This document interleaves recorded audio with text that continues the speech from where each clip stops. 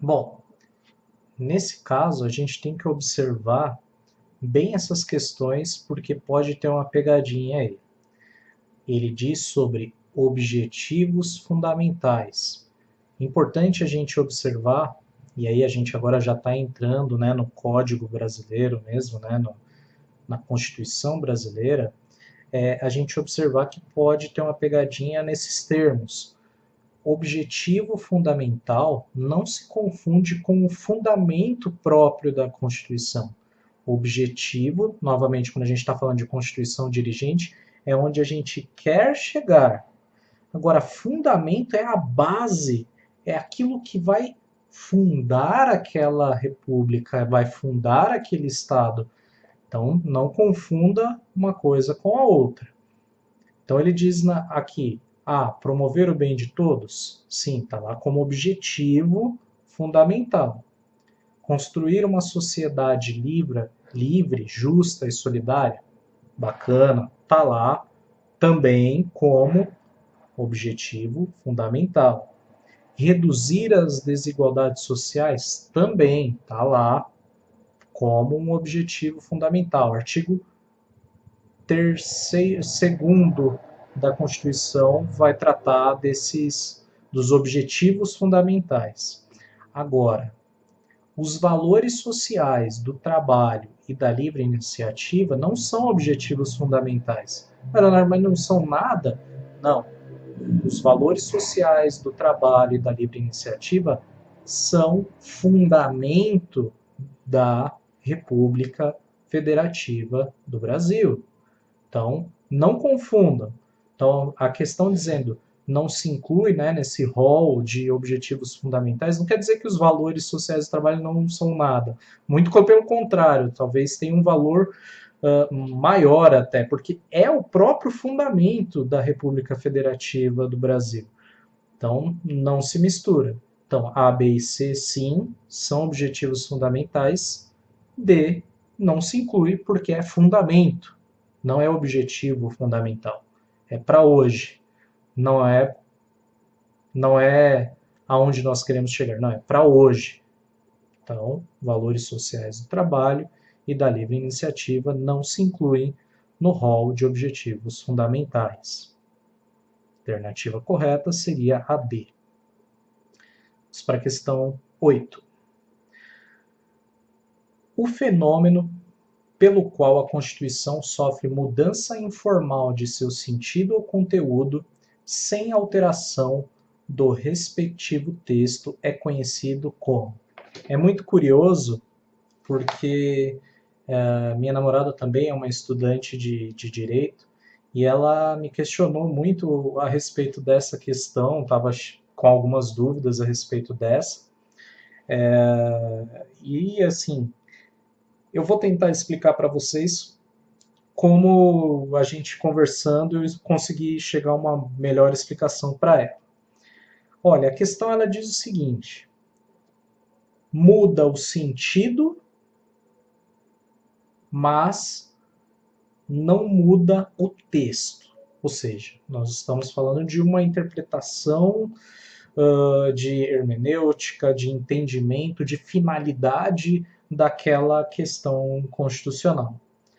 Bom, repercussão constitucional seria a questão D.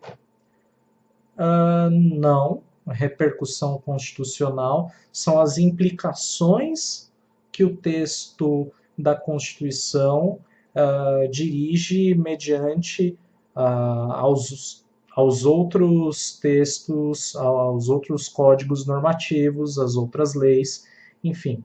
Não é o caso, não tem nada a ver até com a nossa questão. A resposta C, recepção constitucional. Ora, não é recepção constitucional. A gente não está nem falando de que houve sei lá, uma nova Assembleia Constituinte e o texto vai ser recepcionado ou não.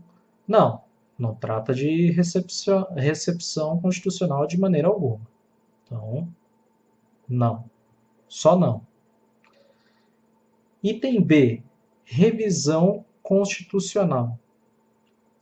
A gente falou de revisão constitucional, fala que é um conjunto de emendas, enfim, é uma maneira até que o poder constituinte originário falou, olha, vamos fazer dessa forma aqui, que se tiver aquele monte, aquele calhamaço de emendas num dado período, um pouco tempo após a criação da Constituição, a gente empurra isso logo de uma vez, de uma forma mais célere, para evitar aquele constrangimento, aquele processo. A gente sabe que a gente tem uma Constituição rígida, então ele faz isso de uma maneira meio que a toque de caixa para acelerar. Então, revisão constitucional? Não, porque a gente está tratando de uma mudança de fato.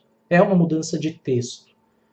Então, o que sobra é a mutação constitucional. Aí, o que eu entendi como resposta, melhor explicação do porquê da mutação constitucional. Qualquer ser vivo que sofre uma mutação, ele não deixa de ser aquele ser vivo. Ele cria qualidades ou aspectos da sua aparência diferentes, mas ele não deixa de ser o bicho em si. Por exemplo, qualquer um vírus que sofre uma mutação, ele não deixa de ser um vírus, ou uma bactéria, enfim. Na natureza a gente tem muitos exemplos de mutação. Eu me vejo dessa forma, né?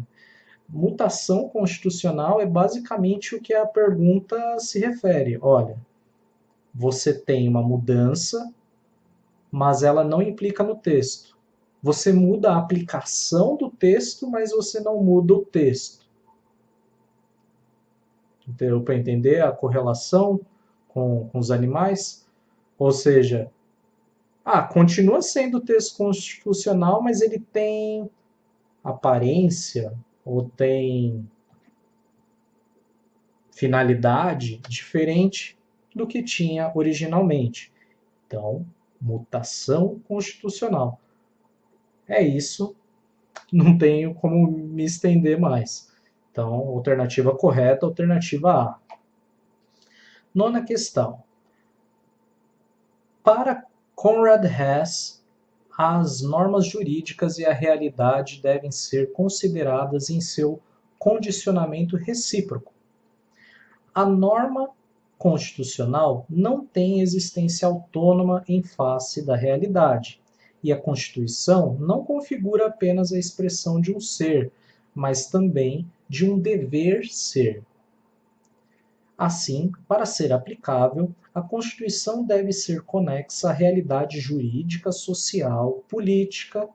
No entanto, ela não é apenas determinada pela realidade social, mas também determinante desta. Veja, não é apenas determinada, não é a realidade social que empurra a Constituição, mas também é a Constituição que empurra a um determinado comportamento da sociedade. É correto afirmar que o texto acima aborda o princípio da questão A, unidade da Constituição.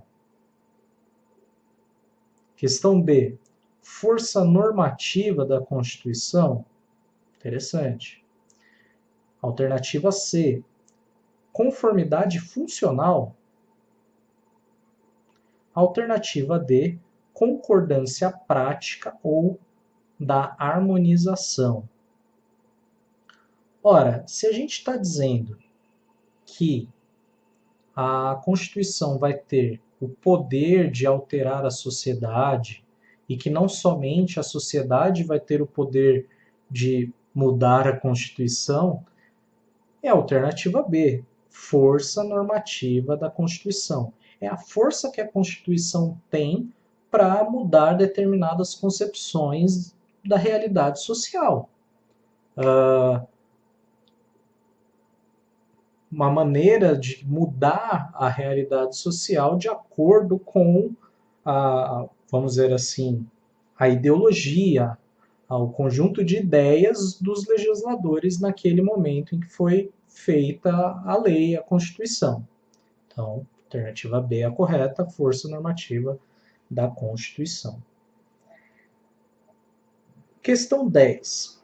A norma constitucional que garante a todos o livre exercício de qualquer trabalho, ofício ou profissão, atendidas as qualificações profissionais que a lei estabelecer, é norma. Bom, aqui entra aquela historinha da eficácia. O item dele vai falar de norma programática, enfim, a gente não vai entrar nisso agora. Vamos trabalhar só com a A, B e C, que é o que interessa, que fala sobre a eficácia. Eficácia A, contida, B, limitada, C, plena. Bom, para uma lei ela ser plena, né, para uma norma ela ter essa característica de ser plena, ela não pode ter nenhuma limitação, ela tem que nascer com a sua eficácia máxima, ou seja, ela não depende de nada para que ela tenha efeito de fato. Ou seja, ela não precisa de uma lei complementar dizendo que... Não. Ela já nasce concreta. Ela nasce com eficácia total. Então, é pleno. O nosso texto ele diz, vai lá. O livre exercício de qualquer trabalho, ofício ou profissão, atendidas as qualificações profissionais que a lei estabelecer. Bom, está dizendo que tem uma segunda lei na história. Então já não é plena.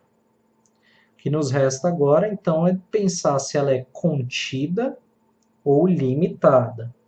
Bom, o que é limitada? Bom, a eficácia limitada é aquela que vai dizer, bom, ela não tem toda a eficácia para agir, vamos dizer assim, para causar efeitos na realidade social. Então ela precisa de algo a mais, de um complemento, de uma lei complementar, de algo que vá dar aquela plenitude dos seus efeitos na sociedade. Né? A gente tem a lei plena, a lei limitada não tem plenitude. Né? Na verdade, para que ela alcance esse poder, essa eficácia que a lei, que a norma com eficácia plena já possui, ela depende de uma lei complementar. E a de eficácia contida? Bem, a de eficácia contida, ou contível em certos aspectos, é aquela que diz, olha, você tem todo o poder, salvo disposição ao contrário. Mas por quê? Bom, ela é plena, né? Você vai entender que ela tem todo o poder, salvo algumas situações em que pode haver uma lei podando esse poder normativo aí, essa eficácia normativa. Então vamos ler novamente o texto. Ele diz: o livre exercício de qualquer trabalho, ofício ou profissão. Então, ou seja, a norma constitucional que garante a todos o livre exercício de qualquer trabalho, ofício ou profissão, atendidas as qualificações profissionais que a lei estabelecer. Está contida, está de certa forma limitada, e não se confunda com a eficácia limitada. É uma eficácia contida. Existe a possibilidade de se conter a eficácia dessa lei com uma outra lei que venha a ser estabelecida para delimitar aí quais são essas qualificações profissionais que ele menciona. Ou seja, se não tivesse esse atendidas as qualificações profissionais que a lei estabelecer, seria uma lei plena. Mas como ele diz que tem aí algumas qualificações, alguma coisinha para limitar, então já descaracteriza uma norma de eficácia plena. Então, nós estamos tratando, sim, de uma norma de eficácia contida, portanto, a alternativa correta, alternativa A. Vamos lá. Acabando, pessoal. Questão 11. O fenômeno que os constitucionalistas chamam de desconstitucionalização das normas constitucionais de uma Constituição, nossa, baixou um espanhol, de uma Constituição revogada significa A, que tais normas saíram do mundo jurídico, B, que tais normas já não são válidas e eficazes, C, que tais normas permanecem no mundo jurídico como ordinárias, D, que tais normas repristinaram automaticamente. Bom, dando uma cacetada já aí, o ordenamento jurídico brasileiro, até se quem se interessa aí pelo Código Civil, Lei de Introdução ao Código Civil, ou como o nome diz, né, o novo nome é Lei de Introdução às Normas do Direito Brasileiro, a LINDB, não tem repristinação automática. Né? Se alguém souber de alguma exceção aí, por favor, nos diga. Porque a exceção que a própria LINDB diz é a menos que na própria lei você diz que está tendo esse processo de repristinação, mas repristinação automática não existe. Então, só de falar isso, a questão D já está anulada. A alternativa D já esquece, não é ela. Então temos a B e C. Tais normas saíram do mundo jurídico. Olha, é até pitoresca essa opção, né? Tais normas saíram do mundo jurídico. Primeiro você precisaria perguntar aí para quem escreveu essa questão o que ele considera mundo jurídico, né? Vamos pensar que a realidade jurídica, o ordenamento jurídico brasileiro, não é o caso. Desconstitucionalização não é o caso de sair do mundo jurídico. B, que tais normas já não são válidas e eficazes. De novo, é muito parecida com a questão, com a alternativa anterior. Não são válidas e eficazes. Ou seja, você tem uma norma que não é válida e nem eficaz. É uma norma inútil. É isso. Não existe isso. Ou você revoga ou você não revoga. Não existe revogação meia boca, entendeu? Ou você revoga totalmente, ou você revoga parte, ou você não revoga, você absorve. Ponto. Então, essas duas respostas, a e a B, não são. A C, que tais normas permanecem no mundo jurídico como ordinárias. Bom, aí a gente tem que entender realmente o contexto da desconstitucionalização. A desconstitucionalização, se você tem, por exemplo, a Constituição A e a Constituição B. A B é a nova, tipo a de 88, e a A lá de 64. Tem essa lei aqui de 64 que eu achei legal, mas eu acho que ela não tá assim, não é uma informação tão importante para estar num texto constitucional. Poderia ser uma lei ordinária para tratar desse assunto aqui que não, sei lá, nossa Constituição já é grande demais, não, vamos tirar isso daqui que é exagero. Tipo, quem tem curiosidade, existe um caso que eu mesmo pensaria isso, que é uma questão de um colégio do Rio de Janeiro. Está na nossa Constituição, procure. Acho que é por volta do artigo 240 e pouquinho, 140 e pouquinho, eu não me lembro agora ao certo, que trata que um colégio específico obrigatoriamente tinha que ser competência da União, enfim, bem engraçado. Isso poderia estar em lei ordinária. Então imagine esse caso. Vamos supor que surge uma nova Constituição, a Constituição de 2018. E aí tem a de 88. A Constituição de 2018 olha essa lei do colégio lá do Rio de Janeiro e fala, putz, mas isso aqui não era para estar no texto constitucional, isso era para ser uma lei ordinária, né? Então, ele absorve essa questão do colégio aí, que estava na Constituição de 88, mas não como lei constitucional, não, ele absorve transformando ela em lei ordinária. Então, nós temos aí um caso típico de desconstitucionalização. É uma lei? Tem eficácia? É válida? Sim.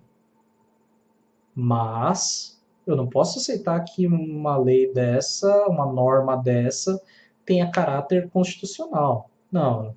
Tudo bem, a gente tem uma Constituição analítica, prolixa, mas vamos limitar aí, vamos ajudar o pessoal que está estudando direito aí, não confundir a cabeça do pessoal colocando né, regras que não têm nenhuma característica mesmo profundamente constitucional, né?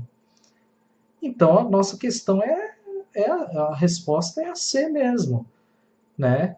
Tais normas permanecem no mundo jurídico como ordinárias. Isso é a própria característica da desconstitucionalização. Vamos a 12.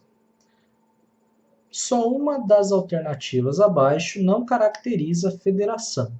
Bom, vamos começar de baixo para cima. A D. A existência de um órgão constitucional encarregado do controle da constitucionalidade das leis, dificultando a invasão de competência. Bom, realmente a gente tem um órgão aí constitucional, faz o controle de constitucionalidade, se não me engano, o controle concentrado, né? Porque a gente tem o controle concentrado, difuso, enfim, que dificulta a invasão de competências, blá, blá, blá, que seria o próprio STF, né?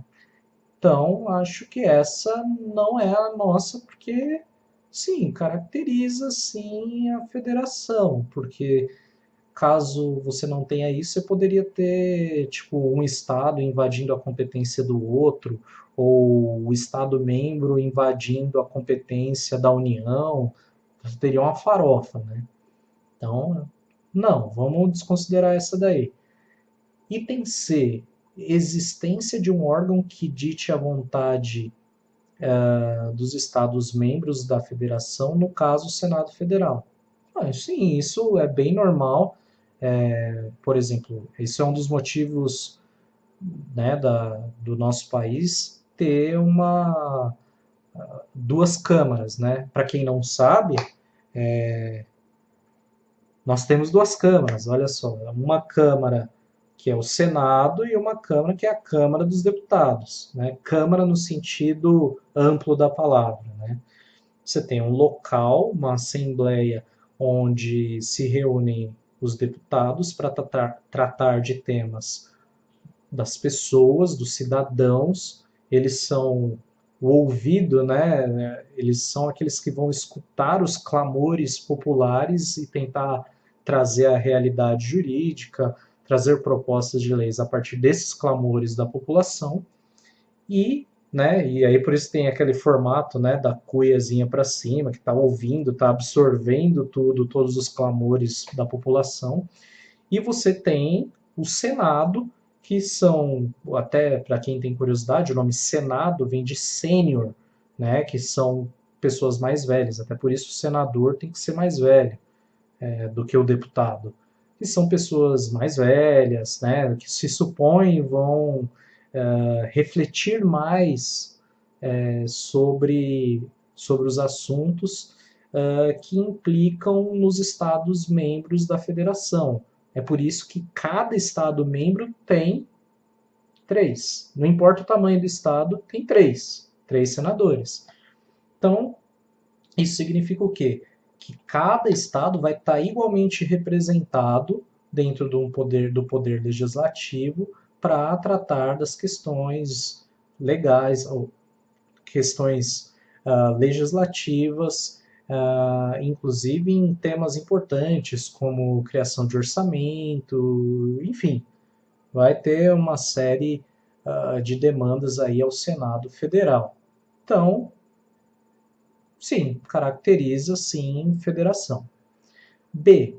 Descentralização político-administrativa constitucionalmente previsto. Bom, isso é praticamente uma pequena descrição de federação, né? A gente poderia complementar com outras coisas, mas descentralização político-administrativa constitucionalmente prevista é um pequeno escopo aí da própria federação. Então, é sim uma característica de federação, a gente não pode dizer que não caracteriza federação. Então, nos sobra A. A diz o seguinte: subordinação financeira dos Estados à União, em nome da unidade nacional. Ó, supa. Não, gente. Subordinação financeira não é o caso. A gente tem bem claro que uma federação, os Estados-membros, eles têm autonomia em relação à União.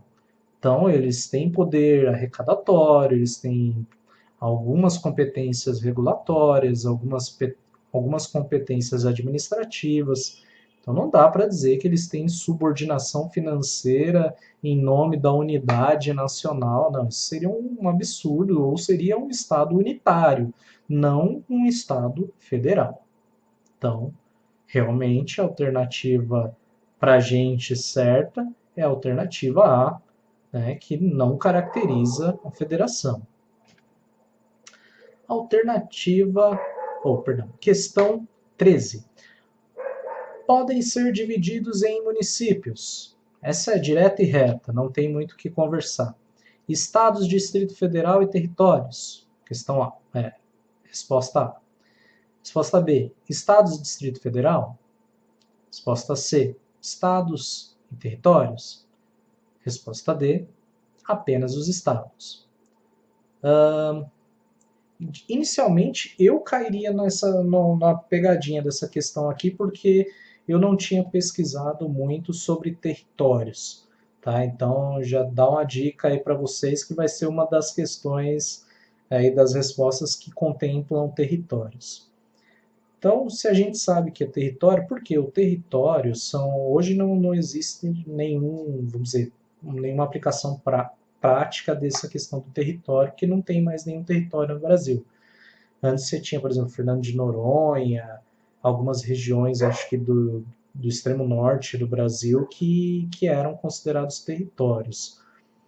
Mas os territórios são faixas de terra que são controlados pela União e que eles podem ser, sim, subdivididos pela União a fim de criar municípios.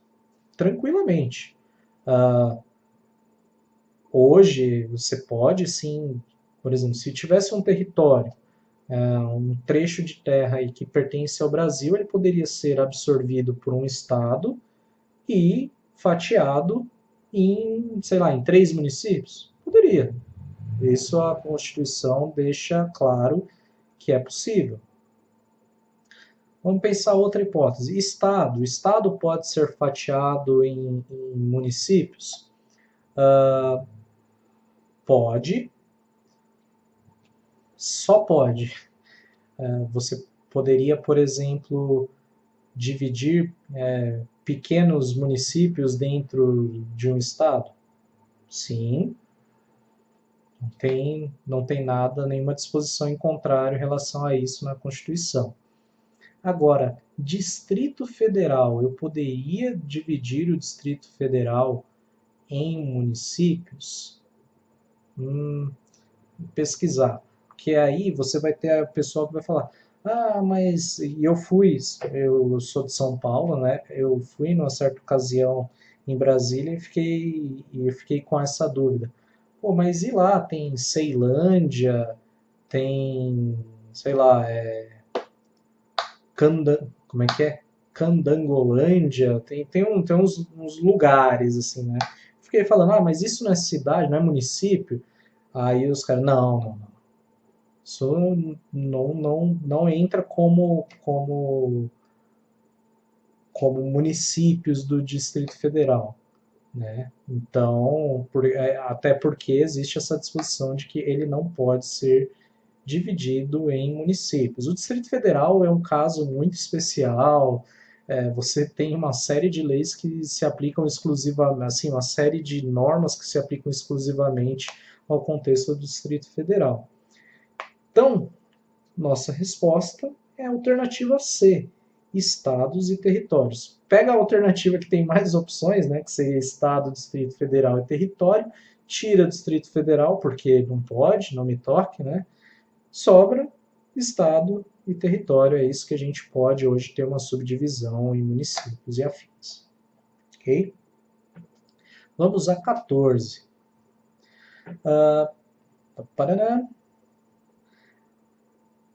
Acerca do sistema de repartição de competências inserido na Constituição e do sistema federalista, adotado pelo Brasil, assinale a opção correta. A forma federativa, alternativa A. A forma federativa de Estado poderá ser alterada mediante emenda constitucional. É competência exclusiva da União promover programas de construção de moradias e a melhoria de condições habitacionais e de saneamento básico? O sistema federal adotado pelo Brasil confere autonomia administrativa e política aos estados, ao DF e aos municípios, mas não lhes confere competência para o exercício de sua atividade legislativa em razão dos diversos limites impostos pelas normas de observância obrigatória. É possível a criação de novos territórios federais na qualidade de autarquias que integrem a União, na forma regulada por lei complementar. Bom, a forma federativa de Estado poderá ser alterada mediante emenda constitucional? Não, pessoal. Isso é uma cláusula pétrea. Forma federativa jamais poderá ser alterada por emenda constitucional. Cláusula pétrea, portanto, não pode. Alternativa A, incorreta. Alternativa B. É competência exclusiva da União promover programas de construção, de moradia, melhoria, condição habitacional, saneamento básico? Ora, observa a prefeitura da sua cidade.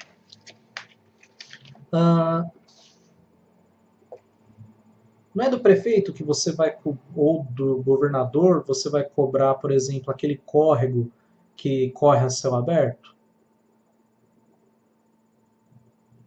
Então, como que a gente pode dizer que isso é competência exclusiva da União? E essa questão da competência exclusiva é bem problemática, porque a gente tem assim, a competência exclusiva e privativa, tem que tomar bastante cuidado, porque o exclusivo é exclusivo mesmo, não é ninguém tasca, entendeu? Ela é da União e ninguém mexe. Então, você dizer que saneamento básico é competência exclusiva da União, de cara a gente desconsidera essa alternativa. Então, alternativa C. O sistema federal adotado pelo Brasil confere autonomia administrativa e política aos estados, ao DF, aos municípios, mas não lhe confere competência para o exercício de sua atividade legislativa. Não vou nem terminar de ler a questão, já li uma vez. Gente, se restringisse a competência de atividade legislativa, a gente não teria a Assembleia Estadual e não teria a Câmara Municipal, né? Porque como que você vai bloquear aí, não impedir competência legislativa dos estados e dos municípios e deixa eles criarem câmaras e assembleias? Não faz o menor sentido. Então, pela lógica, você excluiria a questão C. Então, sobra D. É possível a criação de novos territórios federais na qualidade de autarquias que integrem a União. Sim, a administração dos territórios são a competência da União, então está certo, na forma regulada por lei complementar. Depois, com mais calma, fora dessas questões, a gente vai abordar um pouco essa questão das competências, porque elas são bem importantes. Essa questão das competências, ela cai bastante em provas, em concursos, então é importante a gente tratar com bastante cuidado e a gente vai levantar, trazer aí algumas informações e trazer o código em si, né, o que a lei trata, né, o que a norma constitucional brasileira hoje trata a respeito dessas competências. Mas a nossa alternativa, é a alternativa D. 15. A respeito da distribuição de competências adotada pela Constituição brasileira, assinale a alternativa correta. A competência material da União pode ser delegada aos Estados por lei complementar. B. A União compete legislar sobre direito processual e normas gerais de procedimentos. C. A competência para legislar sobre direito urbanístico é privativa dos municípios, pois é matéria de interesse local. D. A competência para legislar sobre defesa dos recursos naturais é privativa da União, pois é matéria de interesse nacional. Bom, vamos começar da D. Fala sobre recursos naturais e tal. Não é porque recursos naturais ela entra no rol de competência comum entre todos, entre União, entre estados e entre municípios. Então, não é privativa da União, sim matéria de interesse nacional, mas a nossa Constituição deixa explícito que se é matéria de interesse nacional, todo mundo tem que estar atento e zelar por esses recursos. Então, não é a questão dele, não é a alternativa dele. C. A competência para legislar sobre direito urbanístico é privativa dos municípios, pois é matéria de interesse local. Isso é meio pegadinha, porque, em geral, você vai ver quem asfalta a rua, quem trata da iluminação, quem cuida de toda essa parte de zeladoria é o município. No entanto, a Constituição também deixa claro que é competência também da União tratar e legislar, né, sobre direito urbanístico. Também, matéria de competência. A gente vai trazer um vídeo aqui especialmente tratando sobre essas competências. B. A União compete legislar sobre direito processual e normas gerais de procedimentos. Parece ok. A. A competência material da União pode ser delegada aos Estados por lei complementar. Pessoal, o que pode ser delegado aos Estados por lei complementar é a competência legislativa, não a competência material. Então, ponto. Só se a União definir que a competência legislativa vai ser passada pelos estados, aí tem uma lei complementar que vai definir, vai regulamentar isso. Então, sim, a nossa resposta é o item B. A União compete legislar sobre direito processual e normas gerais de procedimentos. Tá? Vamos lá. Questão 16. Não constitui causa de intervenção da União nos Estados e no Distrito Federal a necessidade de... não constitui causa de intervenção, pessoal. Manter a integridade nacional? Não, né? Prover a execução de ordem judicial? Vamos supor, um Estado-membro, você tem uma ordem judicial dizendo, olha, Estado-membro, representantes do Estado-membro, façam isso. E eles se neguem a fazer. Então, sim, constitui causa de intervenção e está lá no rol de ocasiões em que pode haver intervenção. Assegurar o princípio de autonomia municipal também está lá no rol. Para que é isso?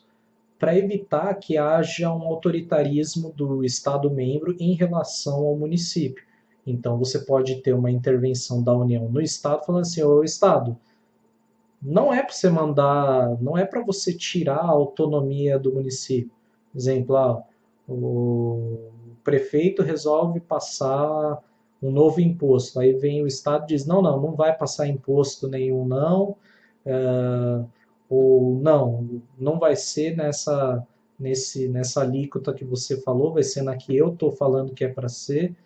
Então, nesse caso, nessa situação absurda, é que a União vai interferir, vai intervir, né, no Estado para evitar essa perca de... Essa, agora, perca ou perda? Enfim, de autonomia dos municípios por conta do próprio Estado, né? E a alternativa D vai dizer garantir a aplicação do mínimo exigido da receita na segurança pública. Gente, intervenção da União é um tema que está em rol taxativo. Essa questão da aplicação do mínimo exigido da receita, na segurança pública, não está nesse rol taxativo. Então, não constitui causa de intervenção da União nos Estados. Portanto, é essa aqui a nossa alternativa. 17, nossa penúltima. Ao estrangeiro naturalizado brasileiro é vedado a. Ser contratado como professor de universidade pública. B. Ser presidente do Senado Federal. C. Prestar concurso público para ingresso no Serviço Público Federal. D. Filiar-se a partido político. Vamos pela mais fácil. Filiar-se a partido político. Ora, se você está numa condição legalmente correta dentro do país, se você é um trabalhador, sei lá, você é um...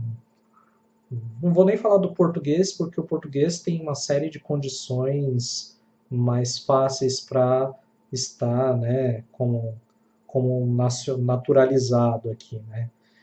Mas vamos supor, você é um italiano e você tá com toda a sua documentação em dia, tá tudo certo. Por que você não poderia se filiar a um partido político? Algum problema? E o direito de associação não é válido nesse caso? Então, não é vedado. Jamais. C. Prestar concurso público para ingresso no Serviço Público Federal. Gente, prestar concurso para trabalhar no serviço público também não é causa. Você não pode vedar que uma pessoa trabalhe no serviço público. A, né, vamos pular a B aí, que ela é mais problemáticazinha. Ser contratado como professor de universidade pública. Essa aí não precisa nem a gente falar muita coisa, né? Você tem aí muitos professores que vêm de fora, acho que até deveria ter mais, né, para ter esse intercâmbio de conhecimento, e que ele pode, lógico que pode trabalhar em universidade pública, não há nenhum impedimento, até porque na questão anterior, quando a gente tratava de concurso público, a gente falou que pode, né? Então, professor de universidade pública não muda nada.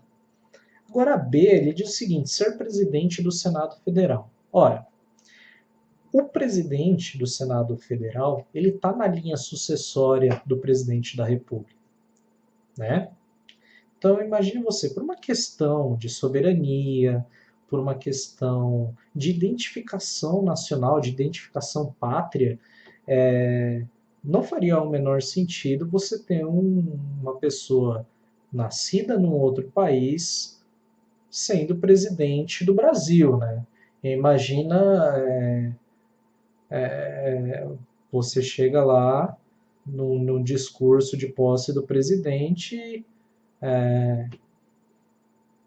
e o cara abre o discurso falando Ladies and Gentlemen. Não faz o menor sentido, até porque existem outras questões estratégicas, questões diplomáticas que precisam ser zeladas, né, pelo Estado brasileiro e de maneira alguma seria correto, né, o legislador ao definir isso pensou dessa maneira, que não seria correto questões diplomáticas, estratégicas, ficarem a cargo de uma pessoa que não é naturalmente brasileira, que não é, brasileiro de origem, né?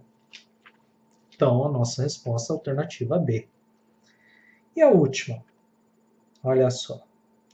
Pablo nasceu em Buenos Aires, seu pai é o embaixador brasileiro na Argentina e sua mãe é de nacionalidade argentina.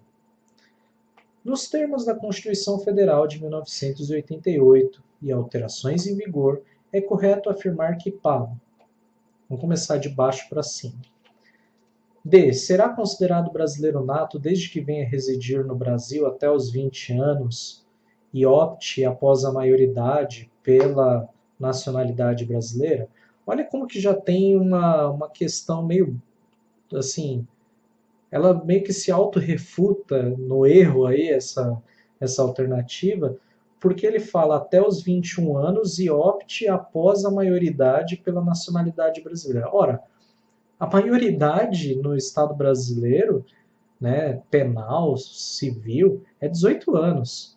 Então não posso misturar 18 com 21. Então essa questão, obviamente, é incorreta.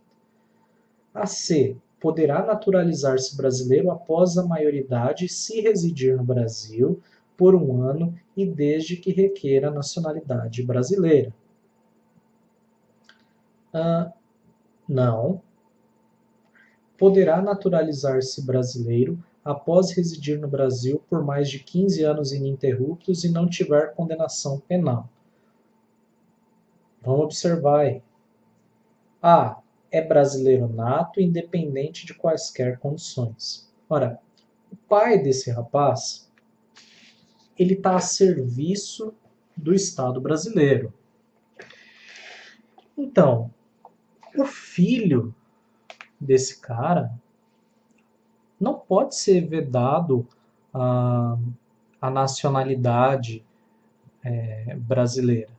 Então, claro que assim, vamos adiantar aí que a alternativa correta é a alternativa A, independente de qualquer condição, ele é brasileiro nato, porque o pai dele só teve essa situação de ter um filho fora do Brasil por estar a serviço do Brasil, né? Então, por essa condição, a Constituição define que sim, esse rapaz é brasileiro nato, independente de quaisquer condições. Afinal de contas, o pai dele é um embaixador. Poxa, ele já está, teoricamente, ele já está em solo brasileiro no exterior, né? Mas mais para frente eu vou passar por essas questões de teoria de lugar, enfim. O solo da embaixada é considerado solo brasileiro, não importa se estiver na Argentina. Então, por ser filho do embaixador, ele sim, ele tem essa característica de ser um brasileiro nato. Tá bom? Bom, sei que o vídeo ficou muito longo. É o primeiro vídeo aí que eu estou fazendo a respeito do conteúdo. Os próximos vídeos vão ser mais objetivos, não vai ter tanto essa característica de revisão, de prova, enfim, mas eu fiz até porque a pedidos do pessoal que queria ter uma correção, até para se preparar para provas de final de semestre, para concursos, enfim. Então, assim, nos próximos vídeos aí a gente vai trazer coisas mais conceituais e os vídeos um pouco mais curtos também, né? Para a gente poder trabalhar melhor os temas, seja ele de direito constitucional, de civil, penal, enfim. A gente vai aos pouquinhos aí se adequando e trazendo vídeos menores. E é isso aí. Eu espero vocês aí na próxima. Não deixe de curtir, não deixe de seguir o nosso canal. Lembre-se sempre de clicar aqui no sinalzinho, né, no sininho, para você receber as notificações também do nosso canal. Então, a cada vídeo novo, a cada conteúdo novo que eu for soltando, você vai receber essa notificação. Espero que o YouTube aí colabore um pouco com a gente para que vocês possam ter a informação de um novo vídeo o mais rápido possível. Em breve a gente vai criar aí uma rotina de liberação aí dos vídeos do canal, mas por hora é isso. Até o próximo vídeo.